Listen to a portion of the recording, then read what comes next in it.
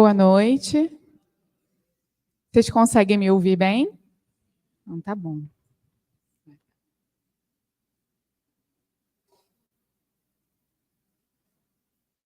Ok. Se por um acaso eu for afastando do microfone, é só me sinalizar para eu falar mais pertinho para todos conseguirem ouvir, tá bom? Que a gente às vezes vai falando, vai se empolgando, né? E aí ninguém consegue mais ouvir o que a gente está falando, né?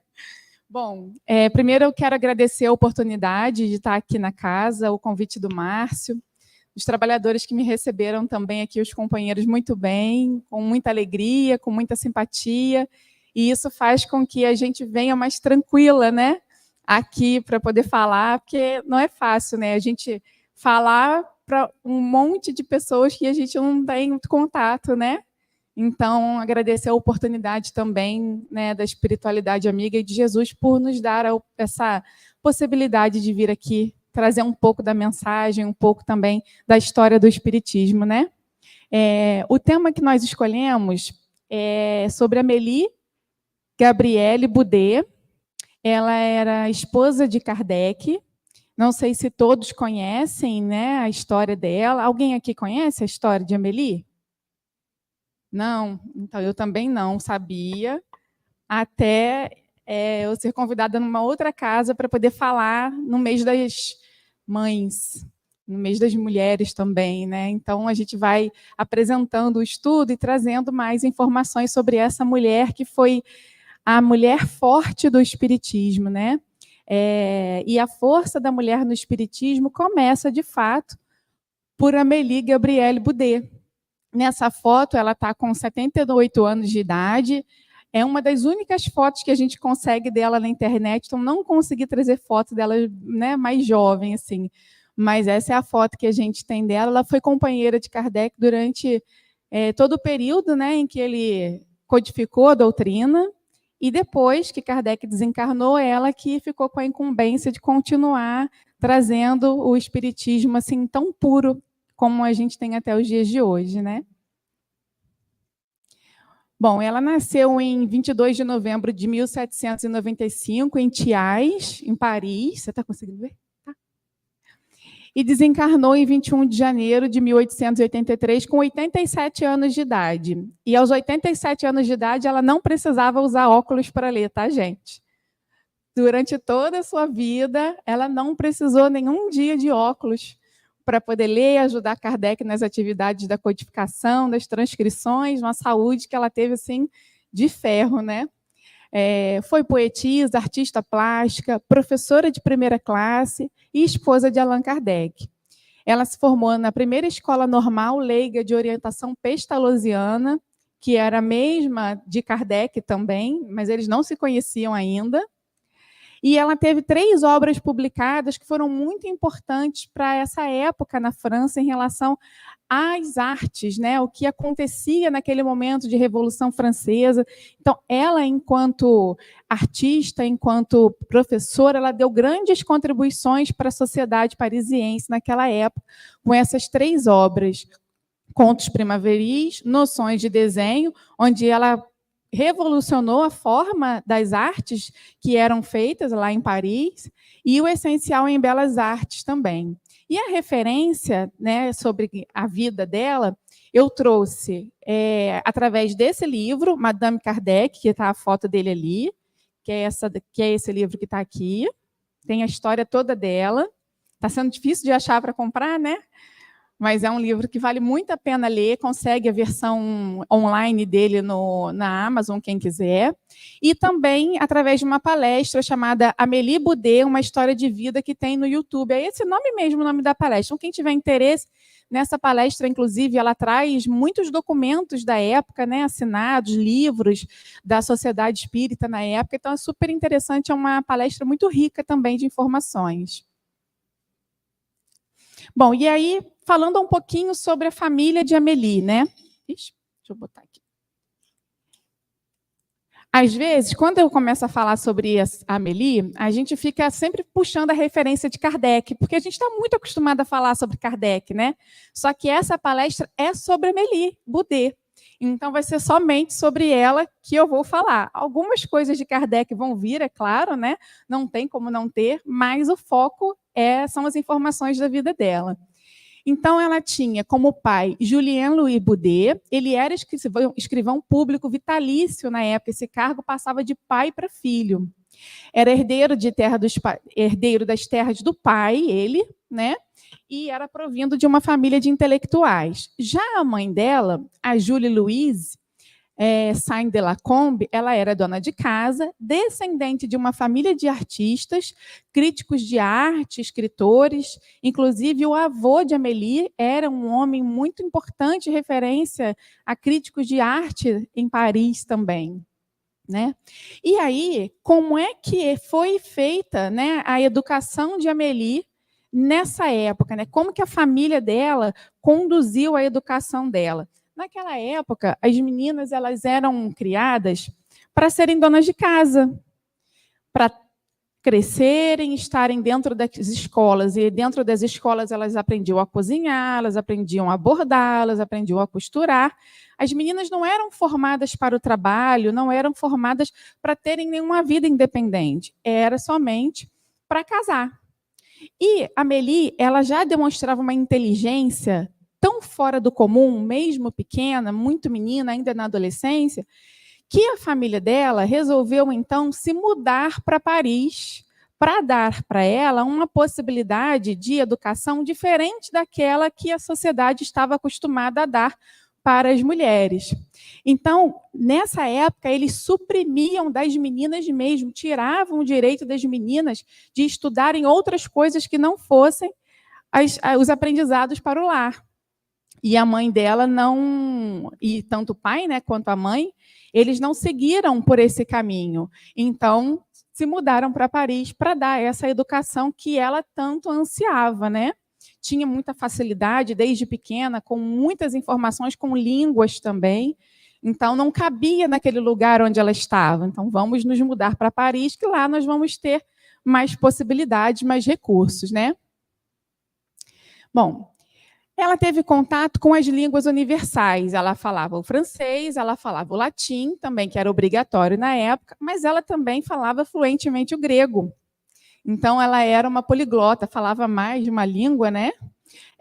Também tinha música, pintura, artesanato, teatro, dança, literatura francesa. Todo esse contato com as artes, ela teve de forma muito abundante, né, na vida dela, porque provinha de uma família com esse conhecimento, né? Tinha inclinação para a cultura, prazer pela leitura e gostava muito de aprender e ensinar. Então, desde pequena, ela já demonstrava que tinha o perfil, de fato, para ser uma institutora, como se chamava na época, uma professora, uma coordenadora de uma instituição educacional. E ela tinha paixão pelo método pedagógico do educador suíço. E aquele livro, o primeiro livro que ela fez, chamado Contos Primaveris, foi em homenagem a Pestalozzi, porque ela dizia, meu mestre é tão especial, a maneira como ele ensina, a educação que ele propõe, que eu vou escrever um livro, né, valorizando, destacando o quanto que isso é importante para a vida das pessoas, e o livro foi escrito com esse objetivo, né? Pestalozzi considerava, para quem não sabe, ele considerava entre as questões educacionais, entre a forma de estudar, né, tradicional, que a gente conhece hoje ainda, através dos livros, ele também considerava muito a experiência sensorial como um adendo, né, como algo que pudesse melhorar ainda mais a experiência do aluno. Então, para ele era muito mais importante as sensibilidades educacionais, como a observação, a percepção, né, o concreto, do que só simplesmente ficar focado na teoria. E ela era apaixonada por esse método, porque ela era uma mulher que estava à frente de seu tempo, né? E aí, uma outra coisa que eu esqueci. A Amélie, ela era amante do estilo romantismo na época, era um estilo de pintura, de arte. E todas essas fotos que eu estou colocando na apresentação são fotos de obras do estilo romântico da época. Ou seja, obras que ela admirava, que ela gostava e que ela pintava e também tinha em casa, né? Então, essas fotos também fazem parte da apresentação nesse sentido, né? Bom, ela foi estudante de um internato parisiense rígido. Do internato, ela não teve como escapar, é aquela parte obrigatória educacional quando você é pequeno, né? E aí, até os 18 anos. Bom, e aí, como ela tinha essa grande observação crítica para as artes, ela observava o seguinte: para poder fazer arte hoje, existe uma única forma, era uma receitinha de bolo. O corpo tinha que ter tais dimensões, a cabeça, a proporção tal em relação ao corpo, a mão tinha que ser desenhada de uma determinada forma, então não se podia fugir dessas regras, né, em relação à pintura. E ela não concordava com isso. Ela não achava que seria só isso, que a arte precisava evoluir. Esse era o pensamento dela. E aí ela foi formando o próprio repertório dela, adquirindo essa personalidade de artista que ela já tinha, né?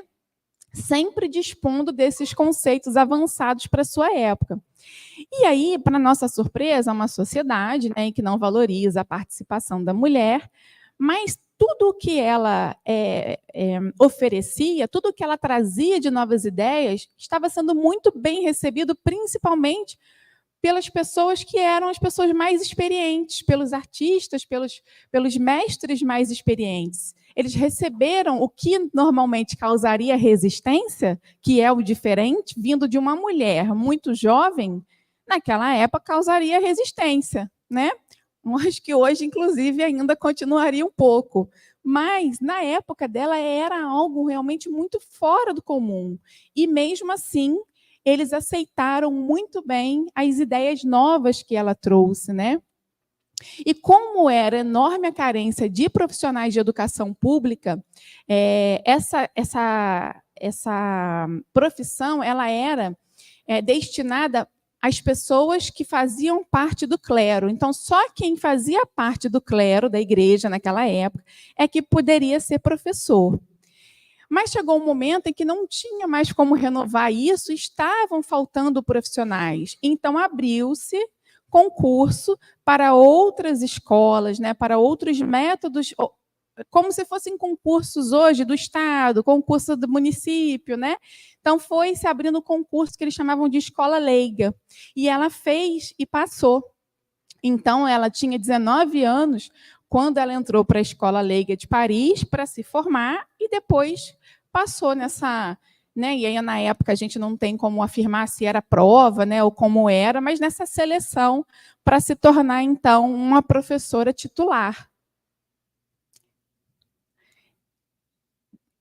E aí a gente pode perceber, né, como que ela veio quebrando paradigmas desde que ela nasceu.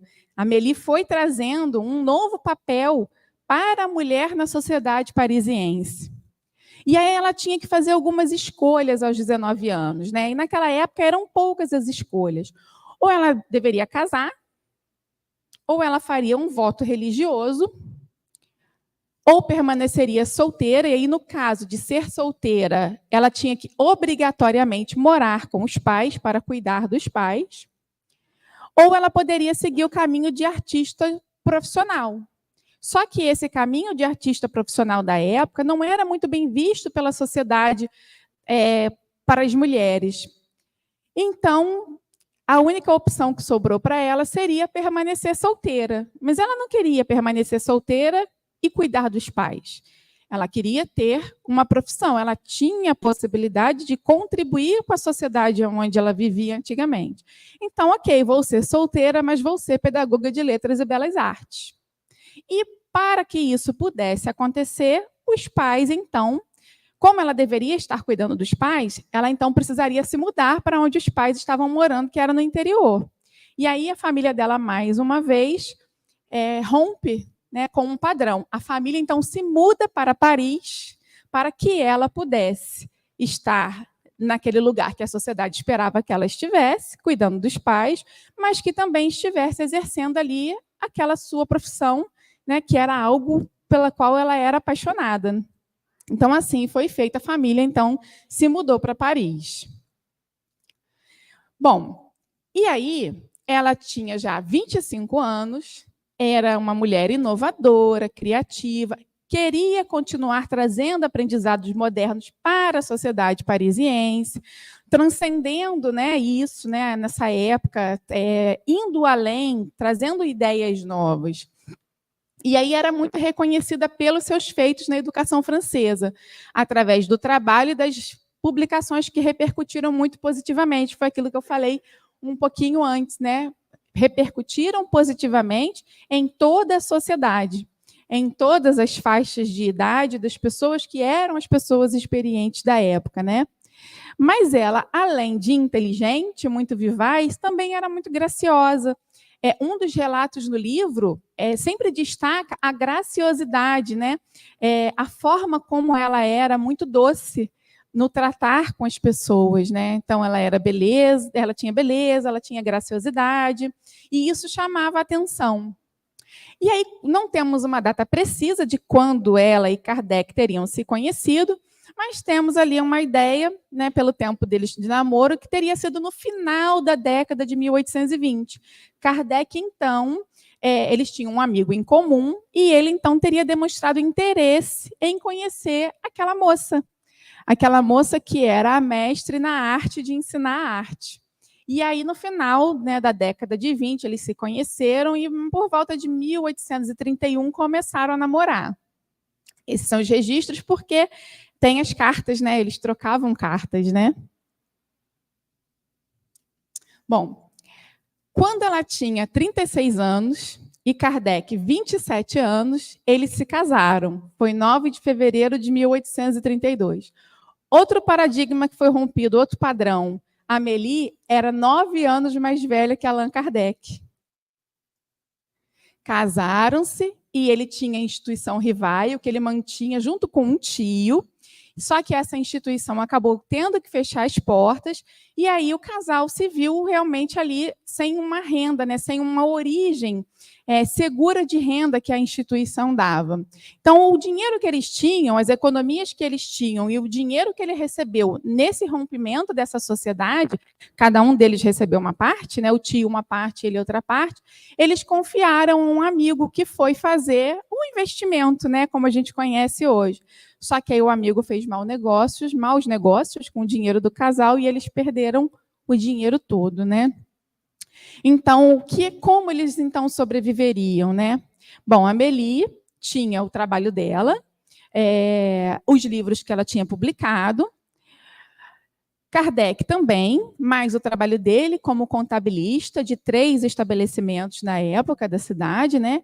E isso foi sustentando o casal, e mesmo com uma vida muito modesta financeiramente, eles ainda conseguiram abrir uma escola filantrópica, um ensino médio, e um pensionato para meninas também. E a Amélie tratava as meninas do pensionato como filhas, né? Nós não temos registros de filhos biológicos de Kardec, e a Amélie temos apenas o registro de uma filha adotiva, mas que viveu por pouco tempo, desencarnou com 8 anos de idade, trazendo muita tristeza para eles na época, mas a citação sobre a passagem dela é uma citação muito pequena, né? Mas eles não tiveram filhos biológicos, né? E aí, depois de muitos golpes financeiros, porque aí foram sofrendo outros golpes, né, em relação à própria questão econômica do país, época da Revolução Francesa, tudo muito difícil, eles foram despejados de onde eles moravam. E aí, aos poucos, né, com o trabalho de Kardec, mais a herança, né, que o irmão de Amélie recebeu, e ele ajudava, então, o casal financeiramente, eles começaram a se reerguer, e aí conseguiram manter uma vida, de fato, modesta, né, mas sem dificuldades, né. Então, a partir dali, eles já tiveram uma vida mais tranquila financeiramente, já não tinham mais a preocupação de serem despejados ou coisa nesse sentido, né. Essa foi a vida do casal, né. Bom, e aí quando é que os fenômenos espíritas, né, entram na vida desse casal? Em 1841, pela primeira vez, ela leu sobre esses fenômenos que na época eram caracterizados como sobrenaturais, né? Em 1854, o magnetizador Fortier, então, relata os fenômenos para Rivaio, que é Kardec. Rivaio Kardec, a mesma pessoa. Trouxe Rivaio, mas depois eu vou trocar por Kardec, acho que fica mais fácil. E aí, em 1855, né, eles foram à casa de Madame de Plenmaison e lá puderam constatar o fato. Então, Kardec, né, com aquele olhar dele de pedagogo, de cientista, de investigador, ele viu que tinha algo mais sério, além do que o objetivo de entretenimento, né, que muitas pessoas na época viam entretenimento, shows. As casas funcionavam, esses fenômenos, como shows realmente, né? Determinado dia, determinado horário, as pessoas se reuniam como se estivessem, de fato, em um teatro, e então esse show com esses fenômenos aconteciam. Assim era na época, e ele viu algo muito além daquilo, né? Então, depois de algumas reuniões, ele lançou a seguinte hipótese: a realidade visível não era a única a existir. E isso, então, fez com que ele buscasse entender o que era aquilo de fato. E aí tratava-se de um caminho sem volta em direção à luz. Começou dessa forma, né? Bom, e aí a relação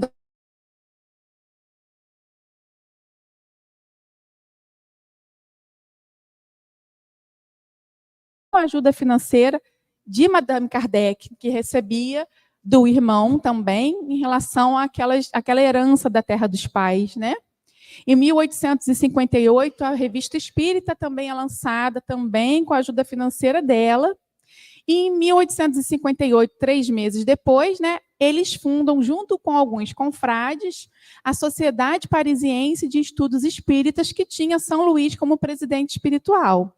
E aí, como nós estávamos conversando ali, onde nasceu o Espiritismo? Na casa de Kardec. A Sociedade Espírita, né, a Sociedade Parisiense de Estudos Espíritas, nasceu na casa de Kardec. Como muitas casas espíritas nascem, né, na sala de algum companheiro que abre a sua casa, né? Então, foi assim que nasceu e durante muito tempo foi assim que ficou. Inclusive, a sala de Madame Kardec, ela era composta de muitas obras mediúnicas, ela era a guardiã das obras mediúnicas. Imagina, uma mulher da arte querendo trazer toda a inovação para a arte parisiense, para a arte francesa, tendo a oportunidade de receber em sua casa as obras mediúnicas, ou seja, as pinturas trazidas pelos espíritos. Aquilo para ela era o máximo, né? Ela colocava aquilo na casa dela e guardava com o maior carinho, né? E aí a relação do espiritismo com a arte passa por isso, né? Passa por Kardec, passa por Amélie nesse sentido. Muitos foram os espíritas e os espíritos que passaram pela Sociedade Parisiense de Estudos Espíritas, entre eles Mozart, Chopin, Alfred Musset e muitos outros passaram por ali, dando comunicações, falando sobre a realidade, sobre o que viviam na realidade espiritual, né? E Madame Kardec era a protetora das obras mediúnicas, e então o futuro da arte, de fato, passaria como estava passando, né, pelos ideais espíritas. E aí uma frase de Musset que ficou registrada no livro, né, e na época, que ele dizia que a arte pagã é o verme, a arte cristã é a crisálida e a arte espírita será a borboleta. Então, o que vem, né? Quando nós lemos alguns livros espíritas, que a gente vê o relato, né, de André Luiz, de Emmanuel, falando de cenários do mundo espiritual, e que eles relatam, né, aquele cheiro que vem, aquelas luzes que caem, como o ambiente fica, às vezes a gente fecha os olhos e tenta imaginar, tenta sentir um pouco daquilo, né? É a arte, é a sensibilidade, né? Bom, e aí ela ganhou, então, o título de Femme Forte do Espiritismo. Ela colaborou ativamente com o esposo em suas atividades literárias, seja na revisão, compilação e transcrição também dos originais dos livros espíritas. Inclusive, passou a substituir Kardec em muitas reuniões, inclusive nas reuniões de evocações, porque Kardec tinha muitos compromissos, né? Então, precisava viajar, tinha viagem espírita, né? E ela ficava em casa, então eles trocavam. Amélie não deixou de ter a responsabilidade com as atividades de casa. Continuou também sendo a administradora do lar, né? Continuou sendo a dona de casa. Mas ela tinha essa atividade também, então trocavam cartas, ela e Kardec. E, enquanto isso, a Sociedade Parisiense de Estudos Espíritas não podia parar. Então, quem é que tocava aquilo? Quem fazia com que as coisas acontecessem? Era a Amélie que fazia tudo acontecer. Porque a gente pensa, eu me peguei assim pensando na época, né? Nossa, Kardec fazia viagem espírita, né? E eu nunca parei para pensar como é que ficou o espiritismo na época que Kardec saía para viajar. Eu nunca parei para pensar, será que fechava as portas e ele ia? Não, continuava. A coisa na época estava borbulhando, fervendo, então não tinha como fechar. Ele viajava, ia para outros compromissos, ia divulgar, ia publicar, e ela ali mantendo, né, tudo aquilo funcionando. Mas, em março de 1869, por conta de um AVC, ele então desencarna. E aí ela passa a ser, entre aspas, né, a nova herdeira dos destinos do espiritismo. E aí, por quase 15 anos, né, ela vai lutar para que o espiritismo fique com a coesão e a coerência doutrinária em prol e a permanência do espiritismo no mundo. Que depois que Kardec desencarnou, muitas foram as situações em que se passaram tentando, né, ou sob o pretexto de atualizar o espiritismo, modernizar o espiritismo, né? E isso representava um grande perigo para a continuidade da doutrina, né? Então ela foi exímia gestora da administração da Sociedade Espírita Parisiense, tomando diversas providências, inclusive estatutárias, chamava reuniões, se colocava, era muito firme, mas e aí o que acontecia? Kardec, ele assumia muitas funções, só ele. Quando ele desencarnou, as pessoas não conseguiam, uma única pessoa, dar conta de todas aquelas funções que ele assumia, porque ele tinha clareza daquilo, né? Ele já sabia o caminho que ele tinha que seguir, mas as pessoas que vieram para substituir essas atividades não tinham essa clareza. Então, precisava abrir, dividir essas atividades, né? Vamos compartilhar responsabilidades. Aí, então, ela criou a comissão, né, de sociedade anônima para a gestão desse trabalho do espiritismo. Mas nem todos gostaram da mudança, nem todos queriam continuar com o espiritismo liderado por uma mulher. Nem todos queriam que o espiritismo continuasse sendo da forma como ele era, porque Kardec mantinha o ideal espírita firme dentro daquela coesão, daquela coerência que os espíritos tinham passado. Só que alguns não concordavam com isso. Vamos atualizar, vamos modernizar, vamos escrever de outra forma. Era assim que eles pensavam. Vamos agregar mais conhecimento de outras teorias espiritualistas? Não, não era isso que se pretendia, não era isso que deveria ser feito. Mas foi isso que, depois do desencarne de Kardec, algumas pessoas procuraram fazer, né? E aí ela teve muitos desafios. Daí para frente foram muitas dificuldades. O velho preceito da coerência doutrinária, que visava a preservação da autenticidade, estava enfraquecida de fato, porque o discurso era muito sedutor, no sentido de que fazia sentido para algumas pessoas aquele discurso de trazer outras coisas, né? De agregar outras coisas ao espiritismo. Mas ela tinha clareza de dois grandes objetivos, e ela não abria mão desses objetivos, que era divulgar a instrução moral e intelectual da doutrina em todas as partes do mundo, e principalmente entre as pessoas de baixa renda e as pessoas miseráveis, e popularizar as 5 obras fundamentais a preços módicos, de forma que um morador de rua conseguisse comprar. Esse era o objetivo dela. E aí, ela, por conta dessas mudanças de ideia, o espiritismo chegou a ser ameaçado. Existiu na época um processo chamado Processo dos Espíritas, que era um processo relacionado a fotografias espíritas que eram feitas e que depois foi provado que essas fotografias eram fotografias que eram montadas. Mas, inicialmente, elas de fato pareciam verdadeiras, porque elas davam às pessoas que iam procurar fotos de seus parentes, de pessoas amadas que tinham falecido, esses espectros vinham nas fotos, né? Mas depois, com o tempo, alguns processos foram sendo movidos, uma investigação policial foi sendo feita, e aí então descobriram que isso tinha sido uma fraude. Mas aí, quando isso aconteceu, todos estavam envolvidos, porque todos foram enganados nessa época, né? Então, Lemarie, que foi considerado discípulo de Kardec, ele era o homem de confiança dele, se transformou em no pivô de diversas situações muito amargas para ela. Inclusive, essa necessidade, essa vontade de trazer outras teorias espiritualistas para dentro do espiritismo, era uma ideia fortemente defendida por ele. Não só por ele, mas ele era o líder dessas ideias, né? Então, ele foi preso por conta dessa questão das fotografias espíritas, né? E aí começou-se uma perseguição ao espiritismo, porque se perdeu a confiança naquilo que se falava sobre o espiritismo, né? E aí ela foi desrespeitada aos 79 anos num tribunal de júri, porque ela foi uma das pessoas que teve uma foto fraudada. Ela com Allan Kardec em espírito. E aí tiveram depoimentos muito vergonhosos, né, de pessoas que estavam envolvidas nessa fraude. E, enfim, isso trouxe para ela muito desgaste. E depois disso, a saúde dela foi se debilitando, porque ela já não era ouvida na Sociedade Parisiense de Estudos Espíritas, né? Ela já estava com as ideias enfraquecidas, ela não conseguia levar mais isso à frente. Então, essas situações foram realmente desagregando o espiritismo na época. Mas aí entra Berthe Fropo, que é uma amiga de Senhora Kardec, né, de Madame Kardec.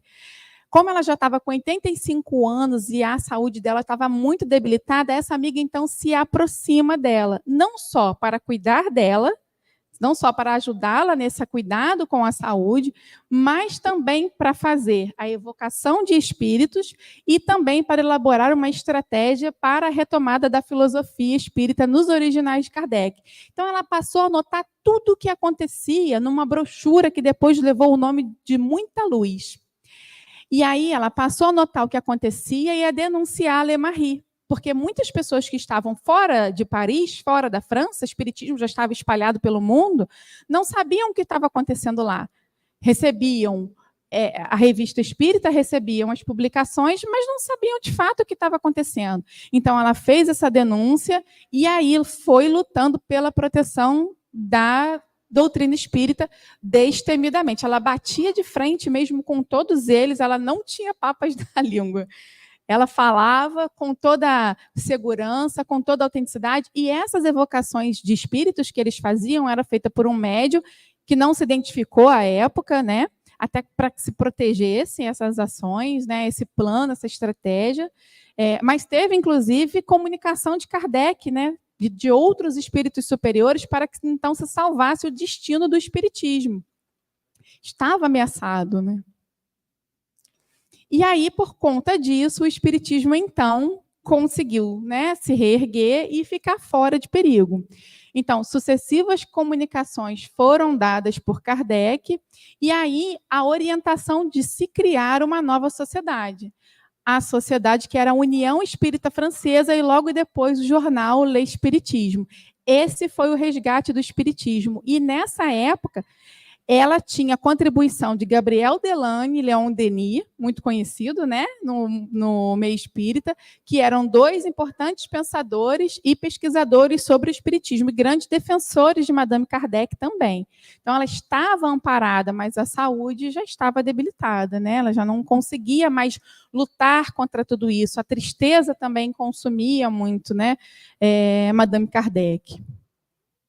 E aí, em janeiro de 1883, ela desencarna, aos 87 anos, por causa de uma lesão cerebral. Ela cai, Berthe Fropo estava com ela, Madame Berthe Fropo estava com ela no momento. Ela caiu, bateu a cabeça numa quina de mármore, e aí, então, desencarnou. Ficou ainda 2 dias, né, em estado coma, mas depois ela desencarnou nessa data, 21 de janeiro de 1883. Kardec ficou à frente do espiritismo por 14 anos e Amélie por mais 14. Então, até nisso, né, eles ficaram ao mesmo tempo, né? Foram espíritos designados espíritos missionários designados para trazer o Consolador prometido, para que hoje nós pudéssemos ter o espiritismo, né, puro, como a gente tem. E aí, qual foi a surpresa da espiritualidade, né? Chega ao escritório da Sociedade Espírita a notícia de um oportuno nascimento no mesmo dia em que Madame Kardec desencarnava. O reformador, em 21 de janeiro de 1883, aqui no Brasil. E, em janeiro de 1884, então, é fundada a Federação Espírita Brasileira. Então, quando Madame Kardec desencarnava na França, o espiritismo nascia no Brasil, no mesmo dia. Coincidência, gente? Não tem, né? Mas a gente pensa assim, né? Desencarnou, descansou, né? Não foi bem isso, não. Depois que ela foi enterrada, aquela comitiva, junto com aquele senhor, Le Marie, invadiram a casa de Madame Kardec, que estava lacrada. Madame Fropo, né, junto com o Gabriel, eles fecharam a casa, lacraram a casa, invadiram a casa, tiraram tudo o que tinha de lá de dentro, algumas coisas queimaram, alguns documentos importantes da época queimaram, né? E aí o objetivo era, de fato, apagar a memória de Amélie. Então, tudo que eles conseguiram foi sendo vendido a sucateiro, mercado de pulgas, né, ferro velho. Ali era a luta do espiritismo contra o secretismo, que era essa mistura, né, de teorias filosóficas, espirituais. Então, esse era o objetivo dele, mas não conseguiu, né? A gente hoje está aqui para poder confirmar que ele não conseguiu, que eles não conseguiram, né? E aí, Amélie, mesmo, né, mesmo depois que desencarnou, fez muitas comunicações. E aí, no livro, diz o seguinte, né, que, ao mesmo tempo que ela era uma pessoa muito discreta enquanto encarnada, quando ela desencarnou, ela abriu o verbo, começou a dar comunicação. Ela deu comunicação no dia seguinte ao desencarne dela. E muitas outras comunicações se sucederam nesse sentido de orientar, né? Então, ela garantiu a continuidade do caráter sério, doutrinário, né, e filosófico do espiritismo, a inteligência, a perspicácia, a dedicação dela, mas principalmente o amor pela causa. O que ela sempre dizia é que ela tinha amor pelo que ela estava fazendo. E também pelo esposo, sustentou nessas provas mais difíceis, né, que ela teve. Então, o objetivo realmente é trazer a história de Amélie para que a gente conheça e entenda a participação da mulher no espiritismo.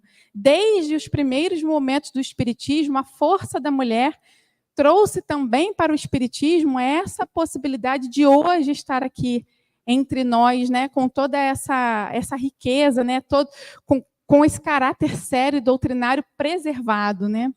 Então, que ninguém esqueça nem minimize a sua contribuição grandiosa para que a doutrina à luz chegasse até os dias de hoje, mantendo a sua máxima dignidade e a chama acesa no mundo e na alma de todos os espíritas, né?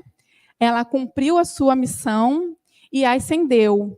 E aí o que se tem de informação no livro é que na última comunicação ela teria se despedido porque ela já foi para um plano superior, né? Já está em outro tipo de esfera, né?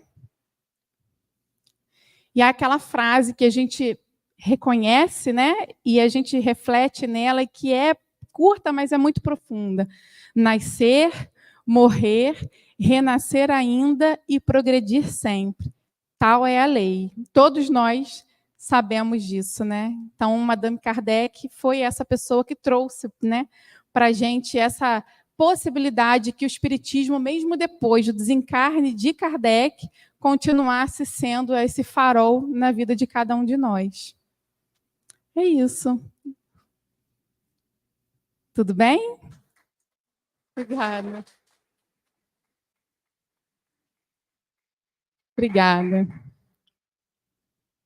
Confesso que depois que eu estudei o tema, né, e o livro, eu realmente fiquei muito admirada e me senti muito lisonjeada, né, enquanto mulher atuando, né, no espiritismo, né, porque a gente precisa sempre, né, estar se colocando em todos os lugares com igualdade, né? Precisamos estar sempre com essa cabeça. Sabemos que somos espíritos que estamos encarnados nessa condição, mas em outras encarnações, o que fomos?